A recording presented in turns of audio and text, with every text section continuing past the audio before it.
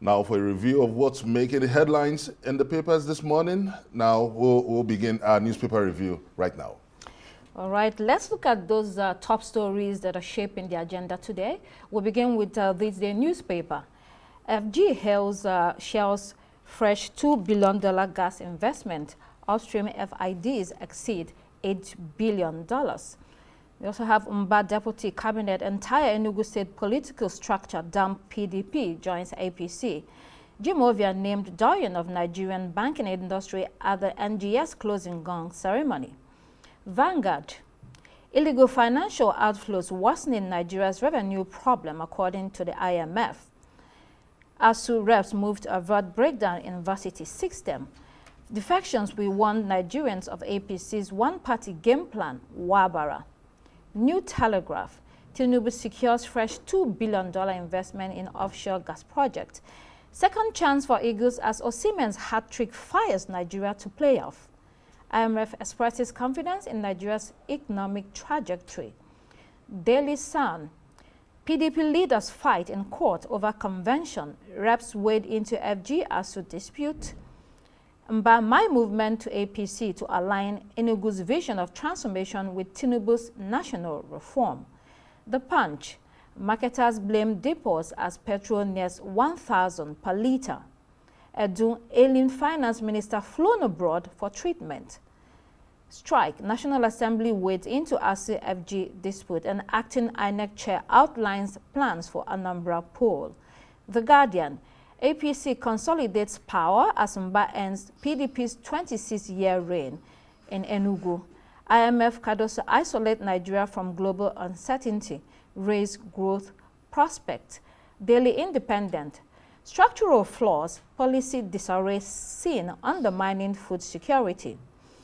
Reps move to curb arbitrary bank charges, summon CBN banks.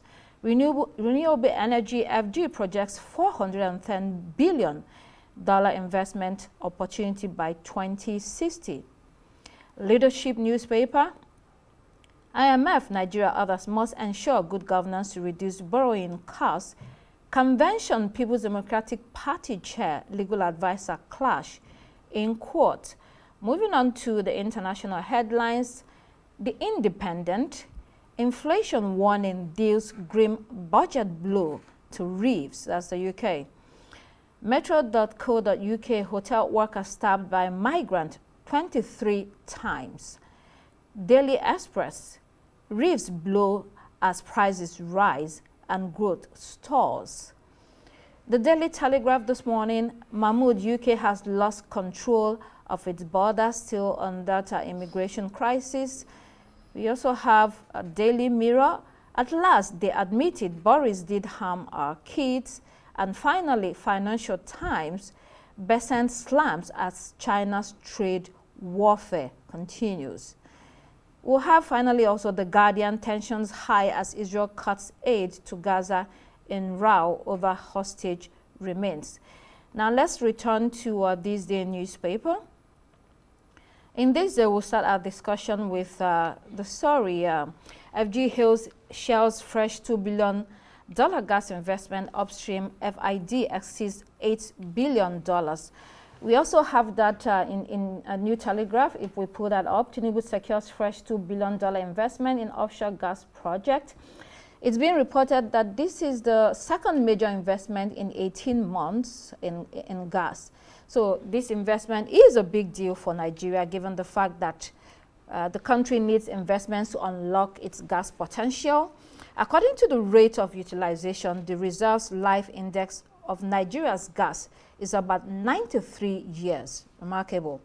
There's at least 210.54 trillion cubic feet of proven natural gas reserves in the country.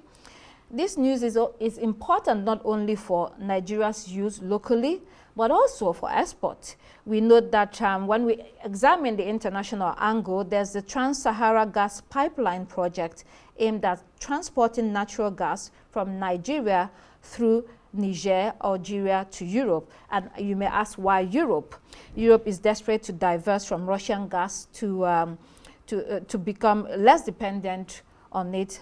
This has long been a problem, an energy crisis, and the geopolitical risk for them.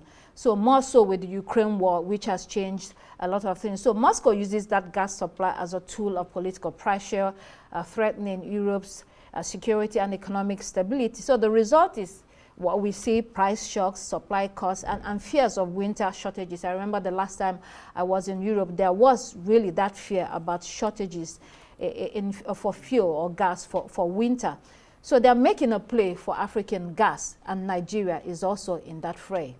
Yeah, I think this is a step in the right direction, if you may ask me. Apart from the global, the competing global market forces that is dictating the pace, I think Nigeria is also taking deliberate steps, and it's, the gas market has shown a lot of resilience now. In the $2 billion investment Shell is showing, that's a testimony to investors' confidence. And the final investment decision of $8 billion also, it clearly shows that the landscape in the gas sector is really very encouraging. Don't forget, this is coming 40 years after the discovery of the high gas field in 1985, and so this is very impressive. And also with the transparency that the resilience on long-term economic growth in the oil and gas sector, which is being driven by the Nigeria Upstream Petroleum Regulatory Commission, led by Mr. Gbenga Komolafe.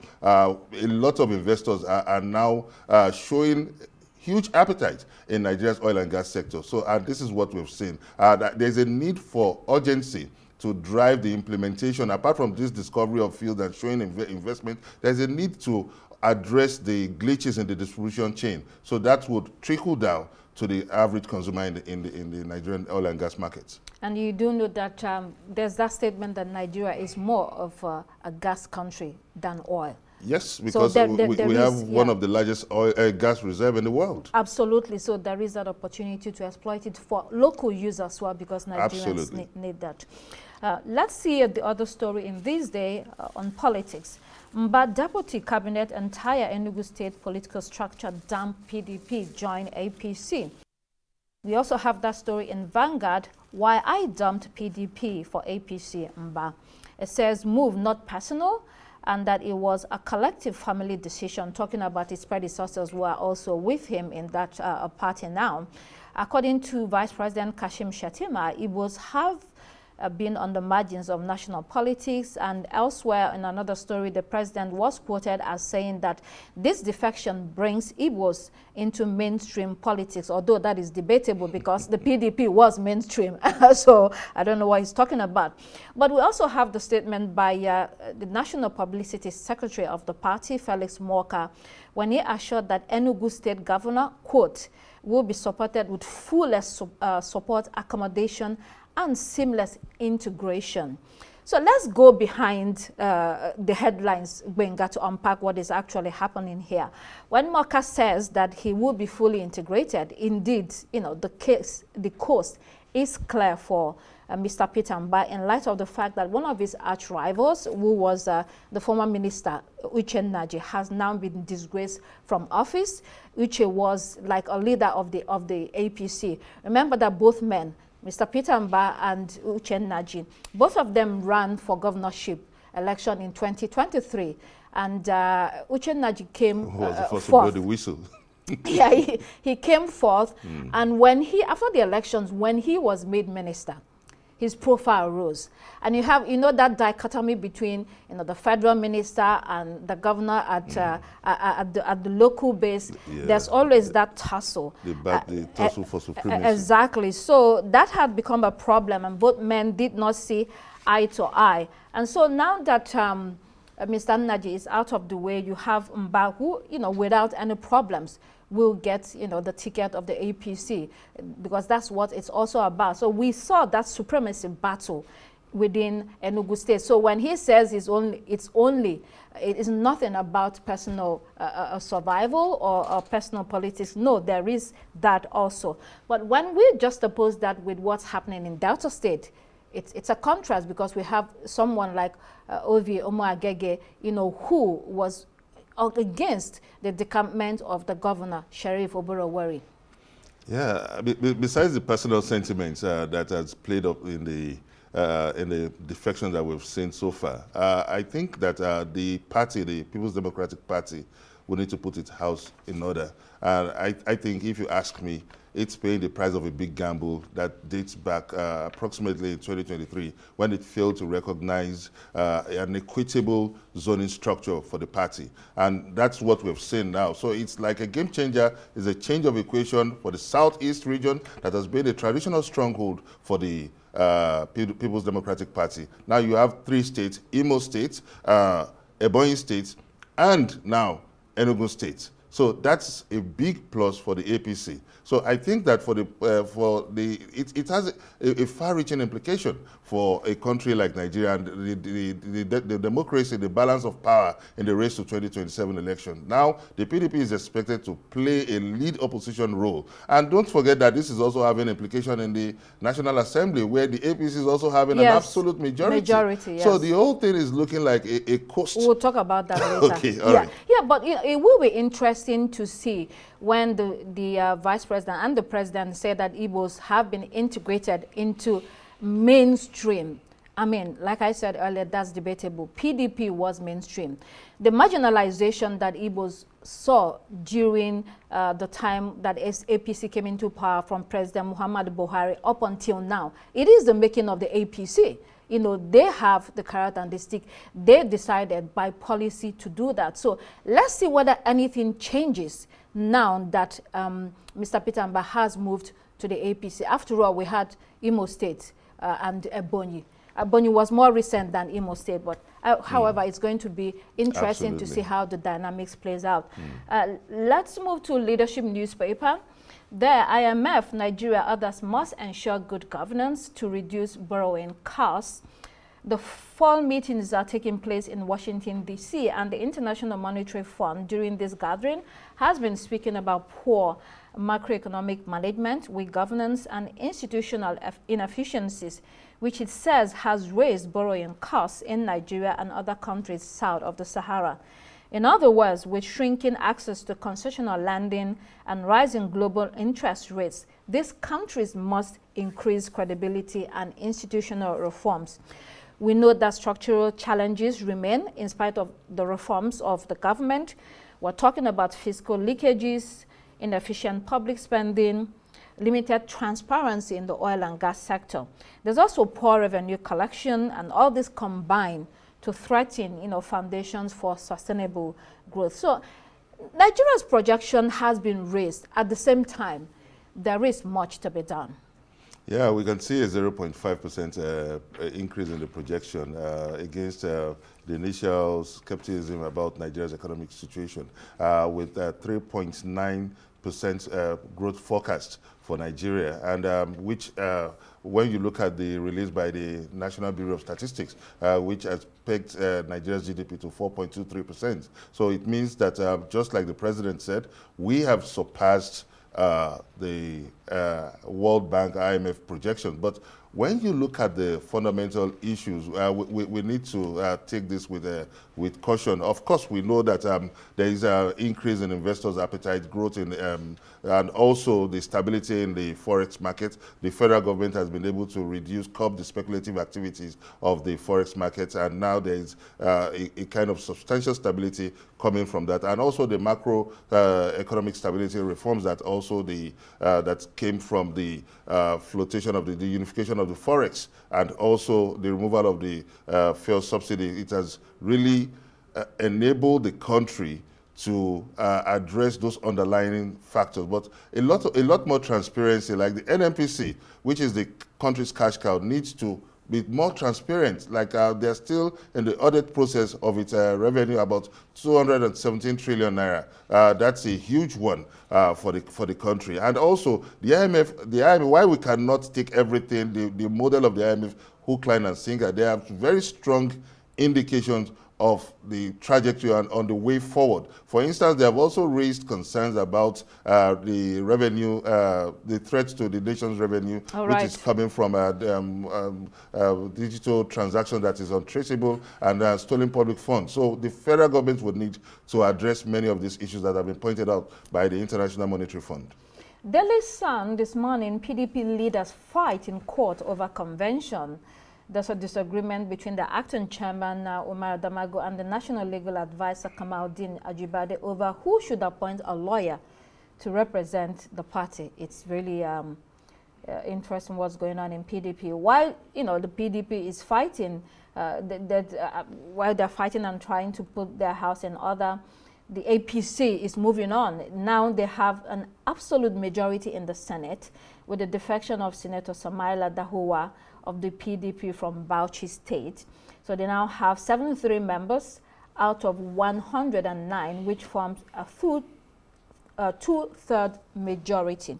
What does this mean? It significantly strengthens the president's hand as key bills, appointments, and policy proposals can pass with little resistance.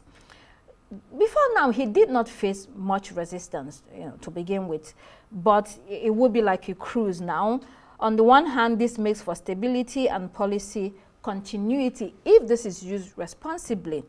On the other hand, this arm of government, the National Assembly, the Senate, may be compromised when party loyalty overshadows accountability. So the test now will lie in how majority uses its power to advance national interest for the country. I think the telltale signs really... They're already there. really recaptures the nation's democracy in crisis. You recall that during the declaration of emergency, there were still some dissenting voices. During the tax reforms, too, there were really some dissenting voices. And the functional value of those dissenting voices and in a crucial platform like the National Assembly is that it makes them to take a rethink to address the critical pitfalls of each of these draft legislation. But now with the APC having that absolute majority, the beauty of the democracy checks and balances is eroded. Yes. And now it raises serious concerns over the integrity of a country, 200 million Nigerians. How do you harmonize, how do you create a platform that will capture an effective representation of the voices of the people now? So everything now is tailoring towards a one-man show. And what do you have to blame?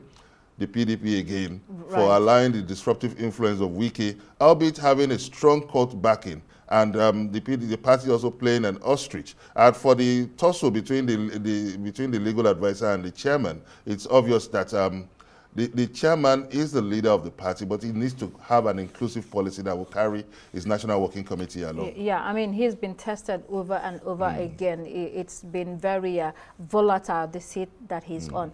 While that is happening, the APC is consolidating political dominance. If you look at the U.S., for instance, they have that shutdown because, there was disagreement between different parties. Not that we want a situation where the government is ungovernable or is unable to move forward, but you do want a condition where there are real checks and balances. We'll Absolutely. See how APC uses this power. Near absolute power that it has now. It's a dangerous precipice for the country. It is. Daily Independent, we'll see that. ADC once again moving 2027 elections to November 2026. The African Democratic Congress says that this will put Nigeria in a perpetual campaign mood. It will shorten the effective period for governance, and it will also disrupt development planning around the country. This is a sentiment that is being echoed across the country. Some agree that we should allocate time or provide time to make sure that all election matters and cases are concluded. At the same time, November 2026 seems, it seems too soon.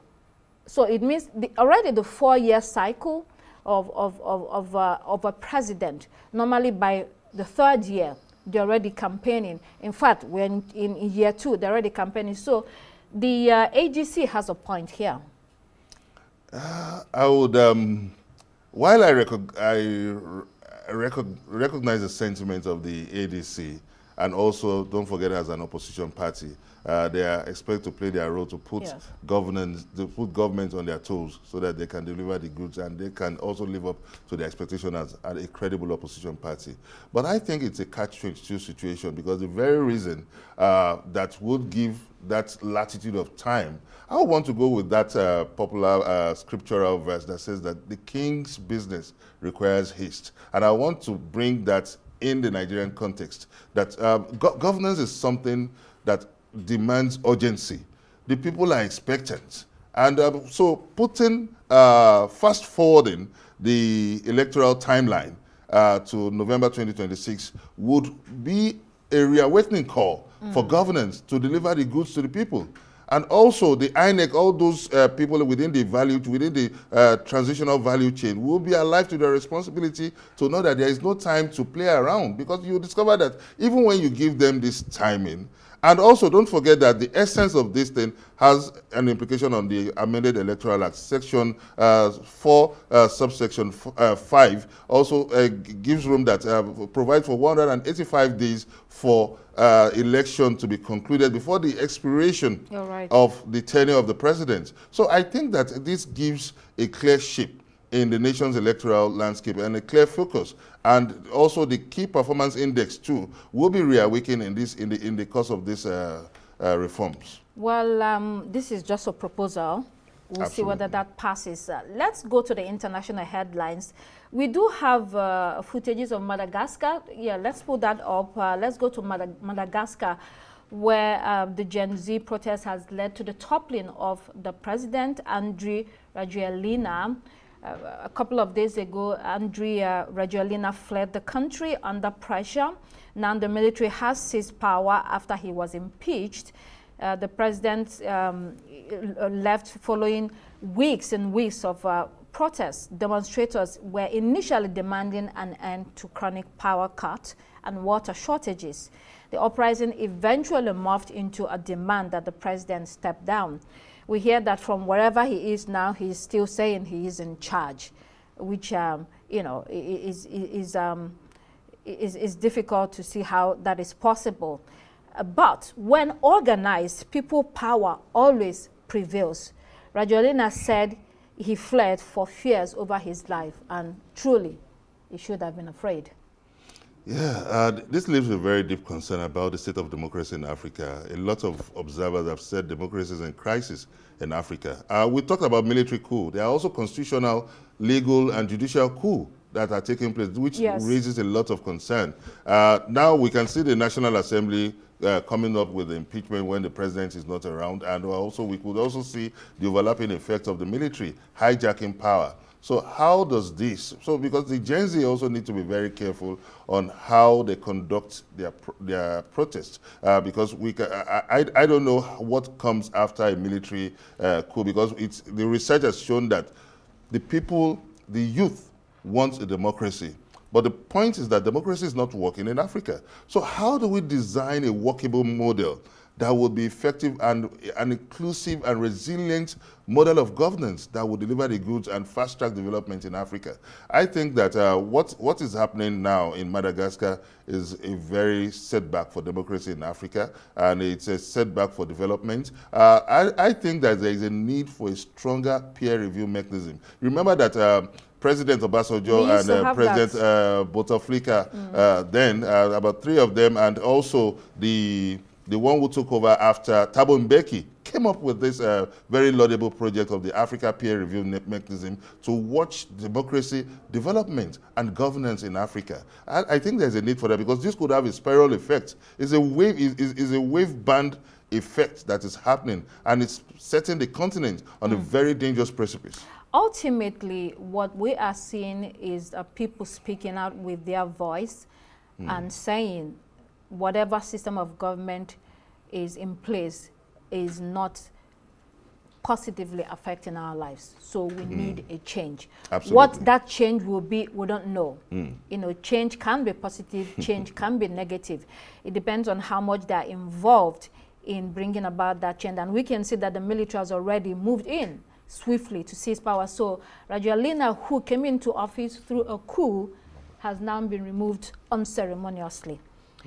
Then the Guardian newspaper, tensions high as Israel cuts aid to Gaza and row over hostage remains. This is in regard to the remaining dead bodies, which Israel says is being withheld. We had that crossover live to Adesua Giwa Sagwe, correspondent who is in Egypt, and she told us a bit about that. Daily Mail, labor isn't working again. Again, number of jobless hits a 4-year high. We face the highest inflation in G7, growth in wages and living standards fall.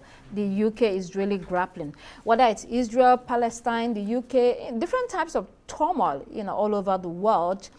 For the ceasefire, it's facing, the first test. And then you also have, in the United Kingdom, a lot of issues coming up for Prime Minister Sir Keir Starmer. Yeah, I think you're talking about global peace and security. So much threat, obvious threat in the international arena. I think the League of Nations came up in the 1930s after the First World War, and it was not able to sustain world peace and security. And in 1945, they came up with the United Nations.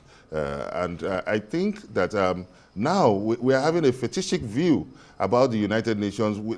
The world leaders seem to be reluctant in having any reform at that level. So, and it's turning out to be an assembly of victors of the First World War that we're still having, and that is the reality. Breaking up from the end of the Cold War era, it's been like an assembly of victors so far, and the interest of these superpowers is what is dominating the global affairs. There's no doubt we have a fractured international governance system today. Some 30 years ago, we had a unipolar world. Today, it's completely changed. Very complex. Different powers are emerging. We're now going to be having a multipolar world with the emergence of China. Russia is reasserting influence, and the Europeans are fighting it. You also have the BRICS, the global south is moving on.